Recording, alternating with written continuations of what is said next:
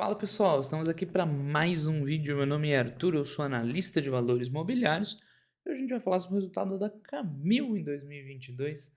Para começar, quase sempre a gente começa com a Camil, né? Porque ela divulga o resultado antes. Eu até tinha uma questão que eu nem lembrava, que não só ela tem os trimestres fora de fase, ou seja, né, a gente está vendo ainda o terceiro trimestre de 2022, como os meses também, tá? Isso no Brasil eu acho que é a única empresa que tem os meses fora de fase, então o resultado dela é referente a até novembro, tá? Por isso que ela é a primeira a divulgar, porque o período fiscal dela é no final de novembro e não de dezembro. Isso eu não lembrava de verdade, tá?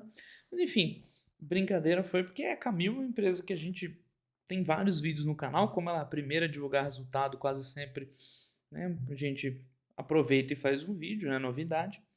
E é uma empresa ok, assim, nada demais, né? Um resultado muito mais ou menos. E por algum motivo a galera ama a Camil. Deixa eu voltar aqui. Então tem fãs fervorosos. Vamos ver se eles vão aparecer nos comentários aí desse vídeo. Que acho que é uma empresa fantástica, né? Mas não é uma empresa bem mais ou menos.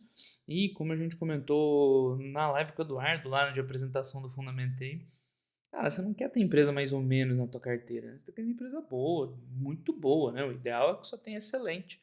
Às vezes você erra na excelente e ainda pega uma boa. Agora, se você mira numa mediana, medíocre, meia boca, se você erra, você já, né, perde muito. Então, não tem um monte de empresa mais interessante, não tem porquê essa tara toda com a Camil, né? Só tem uma explicação, que é a dissonância cognitiva. Isso você viu na live de terça-feira, tá? Né? Galera querendo defender a decisão de investimento. Então tá aqui, Camil, terceiro trimestre de 2022. Lembrando que o terceiro tri de 22 ela acabou em novembro, então é o resultado mais recente esse, tá? Enfim, anuncia os resultados, vamos ver os destaques. Então ela cresceu alguma coisa de vendas, de receita, desculpa, de volumes aqui é no ano, tá? Em termos de receita, um crescimento aí, né, homogêneo, tanto no trimestre quanto no ano, beleza, tá? O lucro bruto, aí, né, vamos lá, o lucro bruto do trimestre, ele cresceu até um pouquinho, mas com perda de margem. Então a gente já vai ver isso que uma das coisas que está impactando o resultado da Camil, que está piorando ela ao longo desse ano principalmente, foi essa perda de margem, tá? Ela tá assim sequencialmente perdendo margem bruta, a gente já vai ver isso, tá? Ainda assim, tá? Desculpa, o EBIT dele tem um lance, tem um não recorrente, que eles até colocam aqui, ó, EBITDA excluindo o não recorrente, 168 milhões, teria caído bastante. Então, o que está acontecendo na empresa? Pô, mas como é que cresce venda, cresce receita e perde tanto no EBITDA? Tá tendo uma leve aperto ali na margem bruta, tá? Isso aí até é normal, flutuar um pouco, tá? Um pouco mais, um pouco menos. Mas, principalmente devido às aquisições, os gastos administrativos, D&A dela tem aumentado bastante, despesa com vendas está aumentando. Então, o que acontece? O impacto já está vindo no EBITDA. Mais pro começo do ano de 2022, até o EBITDA estava tudo bem, mas aí ela sofria no lucro líquido, por quê? Porque a dívida está alta e está pesando o resultado financeiro. Então esse tri foi um pouco pior do que os últimos, porque o impacto já veio no EBITDA ajustado já. Já veio um EBITDA, né, um pouco abaixo, com perda de margem, e aí somando o desempenho né, financeiro negativo, que vem de duas coisas, o aumento do endividamento e no aumento do custo da dívida, porque a taxa de juros subiu, então o lucro líquido dela tá bem baixo. Detalhe, tá esquisito, assim, estranho da Camil. Os caras não botaram o lucro líquido ajustado para não recorrente. É feio isso aí, tá? Fala depois, mais para frente, a hora que chegar a hora lá. Opa, deixa eu silenciar aqui. Rapidinho. Sorry. Mas é feio, cara, a empresa não botar um lucro líquido ajustado, né? Dá a impressão que ela tá querendo te induzir ao erro. Enfim, é isso, né? Uma leve pressãozinha aqui na margem bruta, esse não seria o grande problema, ela vai flutuando. Na verdade, assim, a Camil, a margem bruta dela, né, ela acaba não se distanciando muito, por quê? Porque quando ela tem um aumento no preço dos produtos, geralmente esse aumento é acompanhado no preço, no custo, né, no preço da matéria-prima para ela, já que a atividade da Camil é uma atividade muito simples na maior parte dos produtos. é uma transformação muito simples, ela compra lá o arroz bruto, feijão bruto, em saca ali para vender, não agrega tanto valor. Esses novos negócios que ela tem comprado, que é biscoito Mabel, café, massas, eles têm um potencial de agregar mais valor, porque já é uma transformação um pouco mais elaborada, né, não é só pegar arroz e ensacar. O problema é que são negócios pequenos perto do tamanho do Camil, então eles ainda não contribuem muito.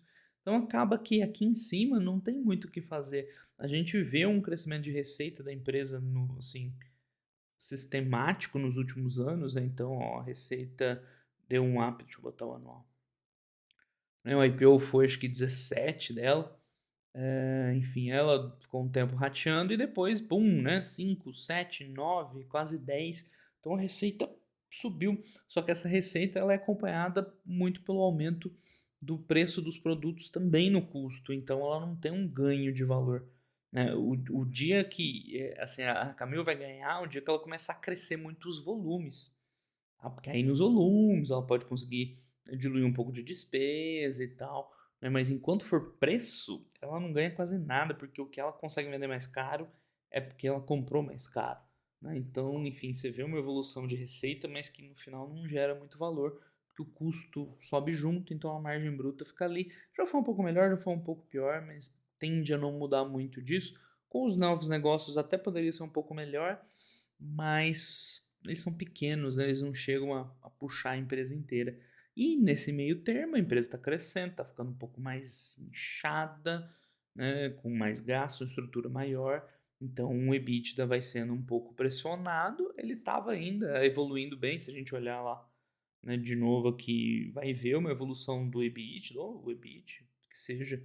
Né, principalmente depois da pandemia, ele teve um salto importante. A empresa conseguiu ali um patamar legal de ganho, mas que depois mandou isso aqui, tem o não recorrente, tá sem não recorrente seria 820 mais ou menos. É uma evolução bem modesta. E o que tá pegando é aqui, ó, resultado financeiro agora tá mordendo feio. Isso que não fechou um ano ainda, né, de resultado financeiro pesado. Né? Esse aqui ainda é, tá, vai, 50 já é um pouquinho mais alto. Mas a tendência é mais um ano de resultado, mais um trimestre, né, os próximos trimestres de resultado financeiro pesado, isso aqui o valor até subindo um pouco mais.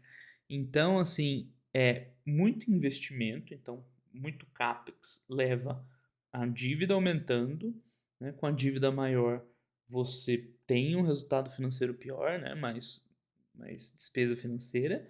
E isso geraria valor caso a gente estivesse vendo aumentos mais expressivos aqui.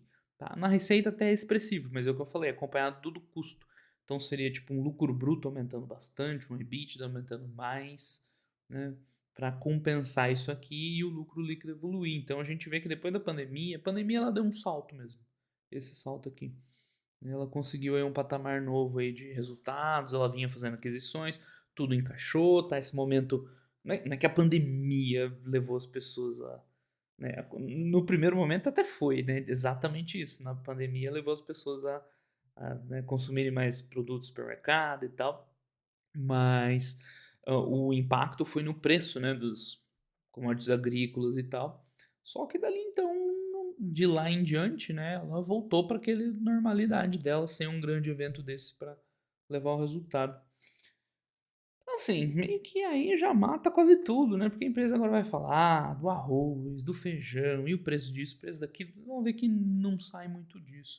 Estão vendo os comentários, crescimento, execução das novas aquisições que eu falei, né? Já integrou várias, mas a Mabel acho que ainda não, né? Foi concluído em novembro.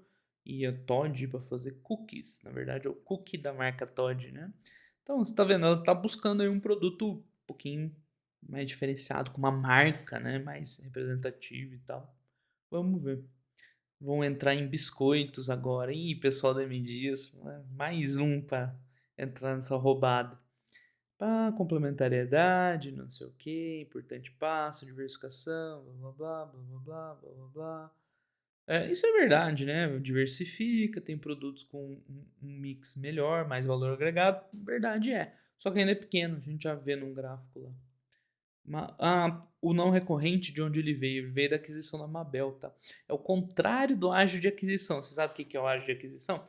Quando você compra uma empresa, né, o valor patrimonial em geral é menor do que o valor pago. Então essa diferença reconhece como intangível, age de aquisição. Aqui é o contrário, né? Você vê que essa Mabel já era esquisita porque os caras pagaram menos do que o valor patrimonial dela. Já não era grande coisa, né? E aí, ao contrário, reconhece ganho, né? Então é daí que veio o não recorrente. Tá, operacional, cenário desafiador. Isso aqui, tá? Por mais que eu não goste, não morra de amores pela empresa, tem que ser justo, né? O cenário não tá legal, não tá interessante, não só no Brasil, como na América Latina. Então, é de se esperar mesmo, né? Dá pra também botar toda a culpa na empresa, já que o mercado também não tá muito bom. Eficiência, blá blá blá blá blá. Vamos lá, vamos ver os números. Então, aqui tem os principais eventos. Ela recomprou até que bastante, 10 bilhões de ações. Ela tem uns 300 e pouco, tá ali, uns 3% quase. Bom, tudo bem, né? Vai tomando dívida, mas ok. Camil Day, blá blá blá, Todd, tal, prêmios, reconhecimento, SG, vamos lá porque nos interessa, né? Dá um leve portfólio das marcas que a Camil tá fazendo, coqueiro, peixe da hora, legal. Daqui, Santa Amália, União Doce Futuro, tá? Tem um bolinho ali, café, União, tá, vamos lá, pro que interessa. Então, aqui nesse gráfico dá pra gente ver bem o que eu acabei de falar. Ela tá diversificando? Sim. Ela tá entrando em segmentos que poderiam ter um valor agregado maior e tal? Sim. Só que ainda é tudo pequeno, a Camil ainda é basicamente arroz, açúcar, pouquinho de feijão, o resto, ó, massas é 4%, pescado é 1%, café é 1% e biscoito é 0,2% porque não fechou agora, né? Então no próximo tri a gente vai ver quanto que é um trimestre inteiro. Vocês viram, é muito pouco, é 1% café, 1% pescado, 4 massa, que é um pouquinho mais, e biscoito vai ficar baixinho também. Então, tudo bem, você está diversificando, mas quando você joga no bolo da empresa, impacta muito pouco. O internacional, que aqui eles colocam uma categoria inteira, né? Também é principalmente desses produtos mais básicos. Então, dá a impressão que essas aquisições que ela fez é um ROIC baixo, né? Porque você vê a empresa gastou dinheiro, né? A dívida aumentou, só que não, o impacto assim foi relativamente pequeno. Então, né, não está errado dizer que ela está diversificando, está investindo em produtos de maior valor agregado, mas o impacto nos números da empresa é muito limitado, tá? Enfim, dá para ver o crescimento de volume, né? Nada demais, 6% no ano, no trimestre caiu um pouquinho, né? Ficou flat. Ou seja, né, se tivesse o volume crescendo, puxando a receita, dava até para esperar uma certa diluição, mas o crescimento vem principalmente de preço, né? E aí, né, o preço não adianta muito para ela, porque ela também tem aumento de custo. Então eles vão falar agora de cada produto, arroz, como é que tá, como é que não tá. Aí uns estão subindo um pouquinho no trimestre, caindo um pouquinho no ano. A grande verdade, ó, que a pandemia sim, né, naquele período ali, pandemia, pós-pandemia, você teve uma mudança de patamar desses preços dessas commodities, que permitiu até a empresa ter um ganhozinho. Mas depois, ganha um pouco mais, ganha um pouco menos, não é tão relevante, tá? Então, os produtos mais importantes é arroz e açúcar, né? Principalmente o arroz. Tá lá mais ou menos, né? Nada expressivo aqui. Menos 3 de volume, menos 5 no ano, um pouquinho mais de preço, nada demais. Feijão já é pequeno, é maior do que esses outros, né? Mas já não é tão grande assim, até que melhorou um pouquinho. Mesma coisa, né? A gente vê uma curva mais acentuada em 2020, até que teve aqui também. Mas o feijão já não é tão grande. E o açúcar, que é relevante, esse né, também caindo, piorando um pouquinho. Cadê o gráfico no açúcar, né? A gente não vê aquele pico, mas dá para ver que depois da pandemia aqui, ó, primeiro trimestre, segundo trimestre de 2020, teve um aumento sustentado. Então, esse início de 2020, de fato, deu uma puxada no patamar dela, mas foi algo extraordinário, né? Foi as decorrências da pandemia, não a pandemia em si, né? O vírus não fez a galera comer mais arroz, mas as decorrências, né? As consequências melhoraram um pouquinho o resultado da empresa. Aí pescado já é muito pequeno, tá melhorando o preço, massas 4%, né? É o maiorzinho desses negócios iniciais. Vê que a empresa está conseguindo botar preço, né? Perdendo um pouco de volume. Parece com a M Dias isso aqui um pouco, né? Na M Dias recentemente. Café também é pequeno, tá aumentando um pouco, mas ainda é bem pequeno. Biscoito ainda falta, né, consolidar, foi só no final do trimestre que entrou, então que nem é justo a gente olhar. O internacional, esse ano de 2022, foi o que veio até melhor, porque essa operação no Uruguai, ela tem cara de ser um entreposto comercial, né, que eles usam para exportar e tal. Eu lembro que eu falei disso no último vídeo dela, não lembro exatamente os detalhes, cresceu muito esse ano. Agora deu uma acomodada, eles falaram que teve um descasamento no Uruguai, então nada muito expressivo. A gente vê que a representatividade do exterior aumentou um pouquinho em relação ao ano passado, nem tá aqui no gráfico, mas esse ano aumentou, tá? Principalmente no Uruguai, que é disparado o mais importante, que até onde eu me lembro, eles usam o Uruguai para exportar para outros lugares, tá? Uma economia uruguaia que come arroz da, da Camil. Enfim, então tava ajudando um pouquinho, agora deu uma acomodada.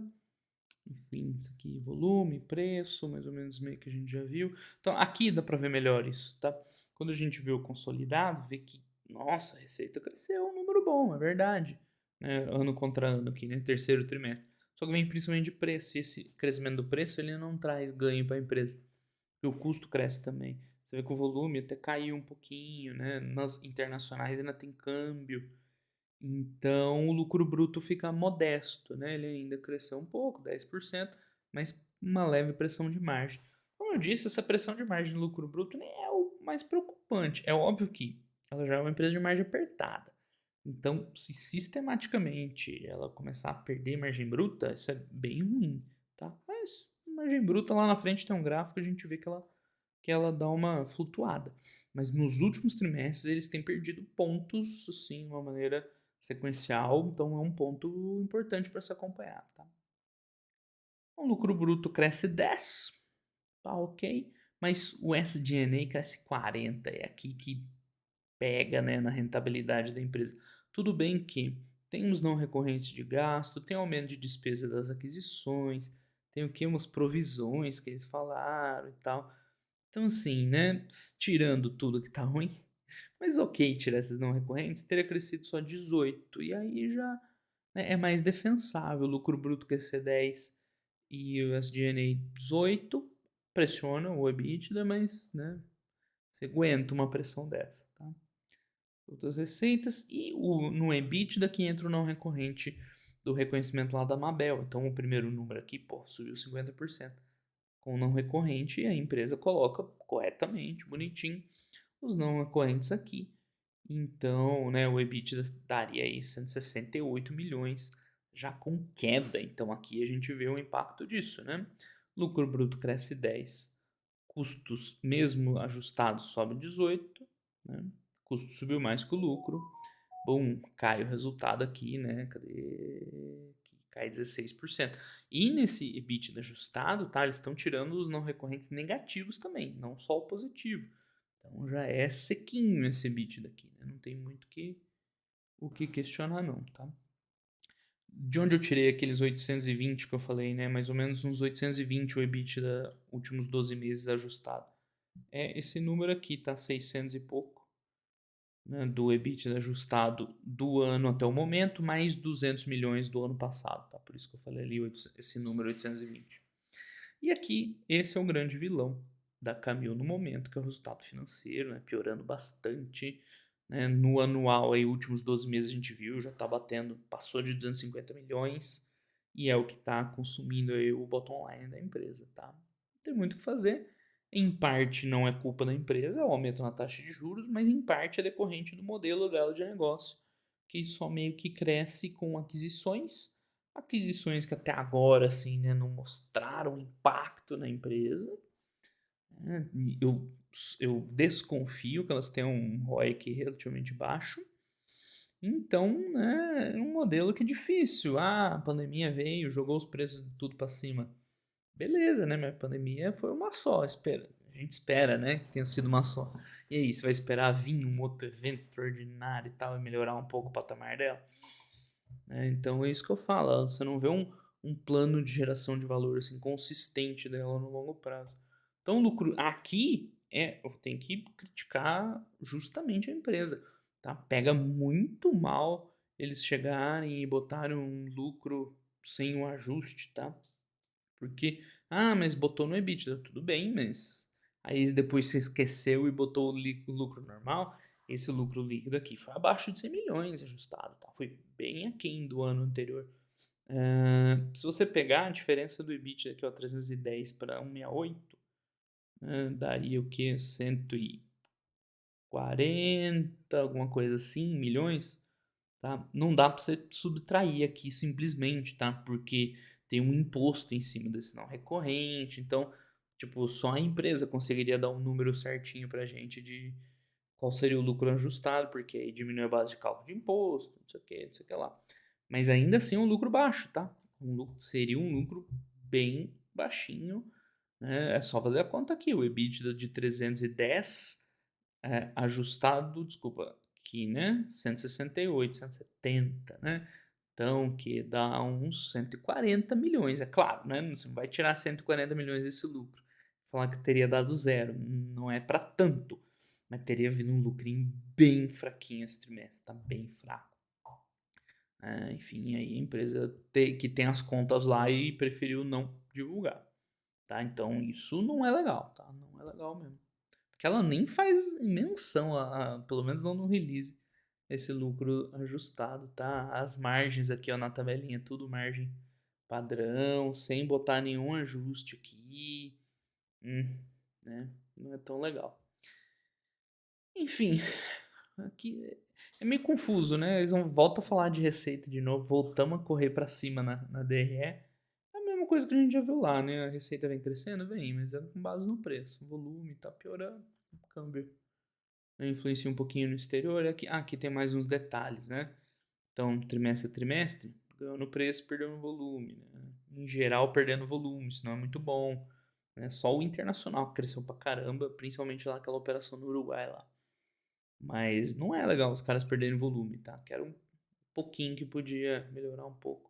Os custos aumentando bastante, tudo bem. Depois de aquisição vem custo. Mas o ponto é que esse aumento, esse crescimento aqui, né, não está compensando esses custos, né? Então está começando a pressionar no EBITDA já o resultado. Então, olha só o que eu comentei, né? Quando você tem o aumento da receita vindo principalmente de preço, você tem, em geral, um aumento do custo na mesma proporção. Então, pesa para eles, tá? Enfim, dá para ver aqui, né? Olha o crescimento de custo. O azulzinho, ele vem acompanhando a receita, tá? Às vezes abre um pouco mais de margem, mas no geral vem acompanhando. E, enfim, né? Evolução da receita, isso, exatamente, a margem bruta. Então, aquilo que eu falei, ó, a empresa, que nem eu consigo ver direito, tá?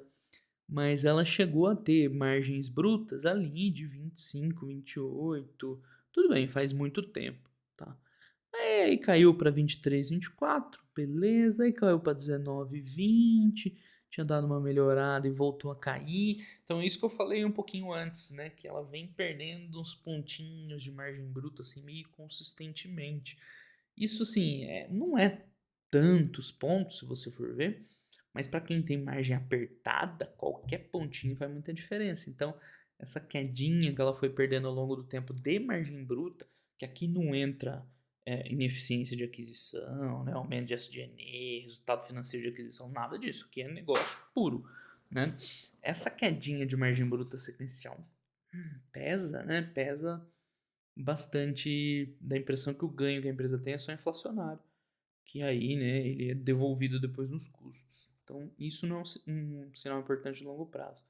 As despesas, agora que eles deram essas nova onda de aquisição, voltou a empinar para cima.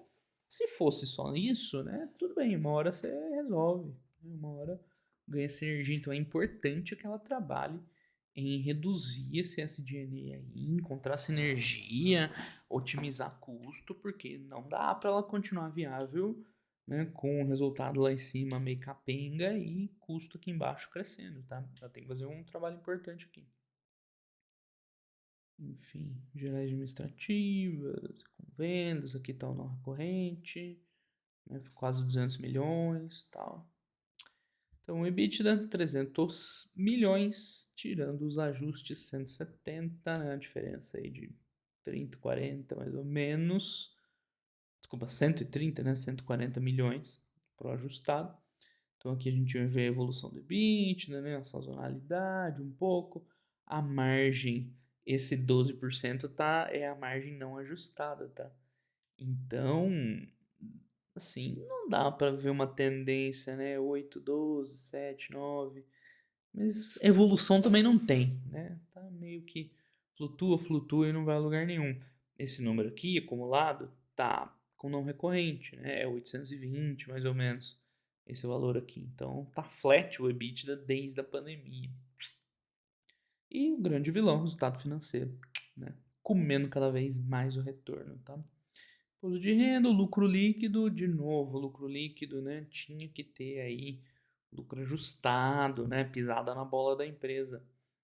Então, enfim, né? Que a gente vê a evolução, então o lucro líquido junto ao EBITDA, a margem líquida também não tem muito o que falar, 4 é 6, 4 é 5, é 8 e tal, essa aqui tá ajustada, tá? Esse trimestre ela teria caído bem, tá? Bem abaixo de 100, seria uma queda bem relevante do lucro, ok? Do ajustado, né? Então, olho no próximo tri, se não tiver ajuste para fazer e continuar, né, claro, essas mesmas condições, promete vir bem ruim para Camil.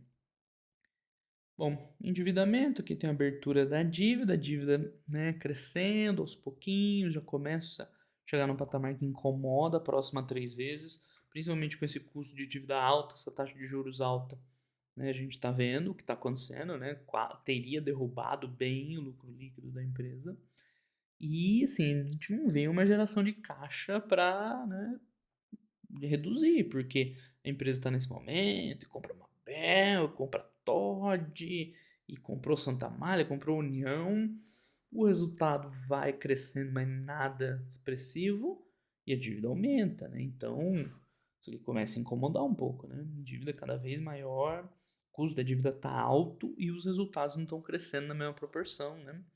Incomoda um pouquinho isso aí, com certeza.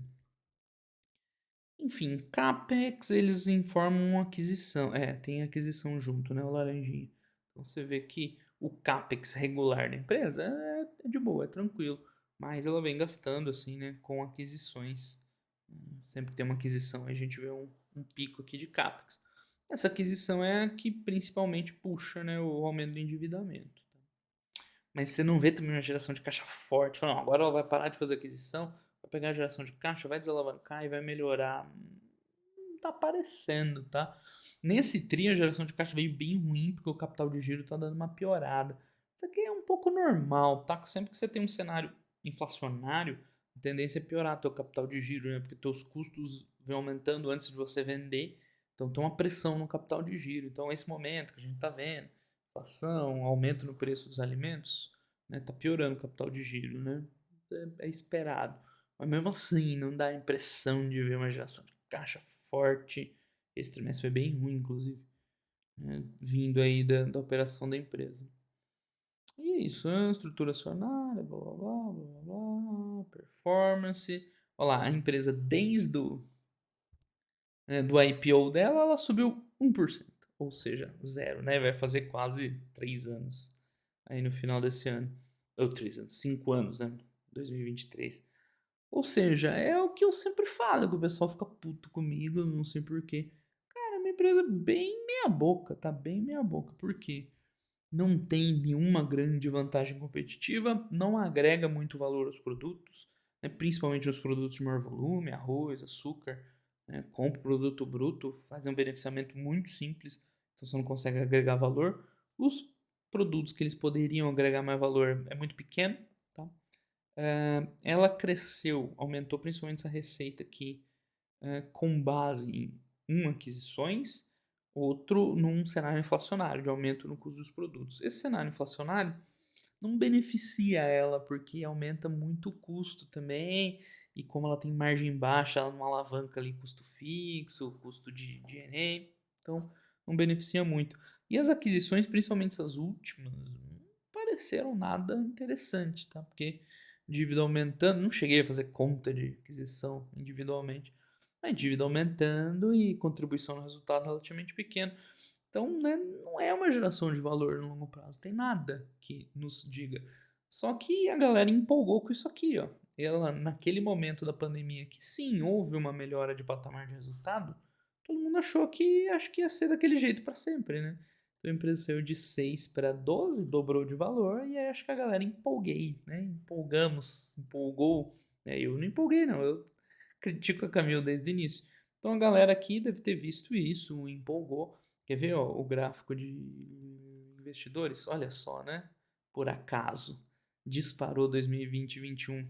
Né? Infelizmente é isso que a gente vê. As pessoas acabam ainda, né? Avaliando o resultado por cotação. A cotação subiu, empresa boa, empresa melhorou. Quando na verdade a gente vê que não, né? Agora ela tá regredindo a média e tal. E se não acontecer nada de diferente, de mudar isso aí, de melhorar, vai continuar desse jeito aí. Sem gerar muito valor. Olha só, desde o IPO, né? Aquilo que tava lá no release, não deu retorno. Teu dinheiro ficou lá, deu 1% em 4 anos, vai fazer 5 anos no final desse ano. Então é isso que eu digo para empresa meia boca, tá? Tua carteira não merece uma empresa meia boca. Porque essa aqui nem ruim é, né? Tem gente que acha que empresa ruim é só quando dá prejuízo, quando não sei o quê. Não, essas empresas meia boca também são ruins, porque ela vai ficar lá ocupando espaço na tua carteira, te ocupando tempo, né, te prejudicando aqui na cabeça. Vejo a live de terça-feira lá de dissonância cognitiva, você vai querer começar a defender esse investimento, justificar, porque você tá apegada nessa decisão, você não quer assumir um erro de jeito nenhum, e vai passar 5 anos, no final do ano vai dar 5 anos, e aí? Eu sei que a Sardinha ela comprou tudo aqui, então não deu 5 anos. Mas, cara, vai passar 3, 5, 8 anos, 10 anos. O cara, é verdade, essa ação aqui é meio fraca. Pô, se você precisar de 5, 8, 10 anos para entender que você tomou uma decisão, né, não tão boa, não vou nem dizer ruim, mas não tão boa, cara, vai demorar muito para você evoluir. Né? Veja uma live de tomada de decisões e como se tornar um expert. Né? Que a gente fala isso do feedback, né? Que a gente precisa de um feedback mais rápido para aprender. Porque se você for esperar, né, mais 5 anos de caminho para ver que ela não vai a lugar nenhum, porra, de 5 em 5 anos você vai aprendendo uma lição. A hora que você estiver começando a ficar esperto, a tua vida vai estar acabando, velho. Infelizmente, nossa vida é finita. Então é isso, pessoal. Não fiquem com empresas meia boca na carteira. Eu sei que é tentador depois vocês ficarem se defendendo. Não, mas ela é ok. É um negócio simples, mas aí você vê uma penca de argumentos de mediocridade, assim, né? Que, como a gente discutiu na terça-feira, na verdade não é defendendo a empresa, é defendendo o ego lá de quem tomou as decisões. Então, mais um vídeo da Camil, mais um vídeo mais ou menos com as mesmas informações, né? Para surpresa aí, de 0 pessoas. É isso, cara. A Camil não é uma empresa que vai gerar muito. Pode até, enfim, ficar ali, né? De repente dar uma melhoradinha ali, aquelas sinergias ali começaram a sobrar um pouco mais de grana, aí cai a taxa de juros, tira um pouco essa pressão desse resultado financeiro, começa a desalavancar um pouco, mas assim, você merece mais, cara, teu patrimônio merece coisa muito melhor. Certo, pessoal? Então, começando aí os resultados do ano com a Camil, como sempre, um resultado bem fraco, como tem sido normalmente. Tá certo? Por hoje é só um grande abraço aí para todo mundo e até os próximos vídeos. Valeu!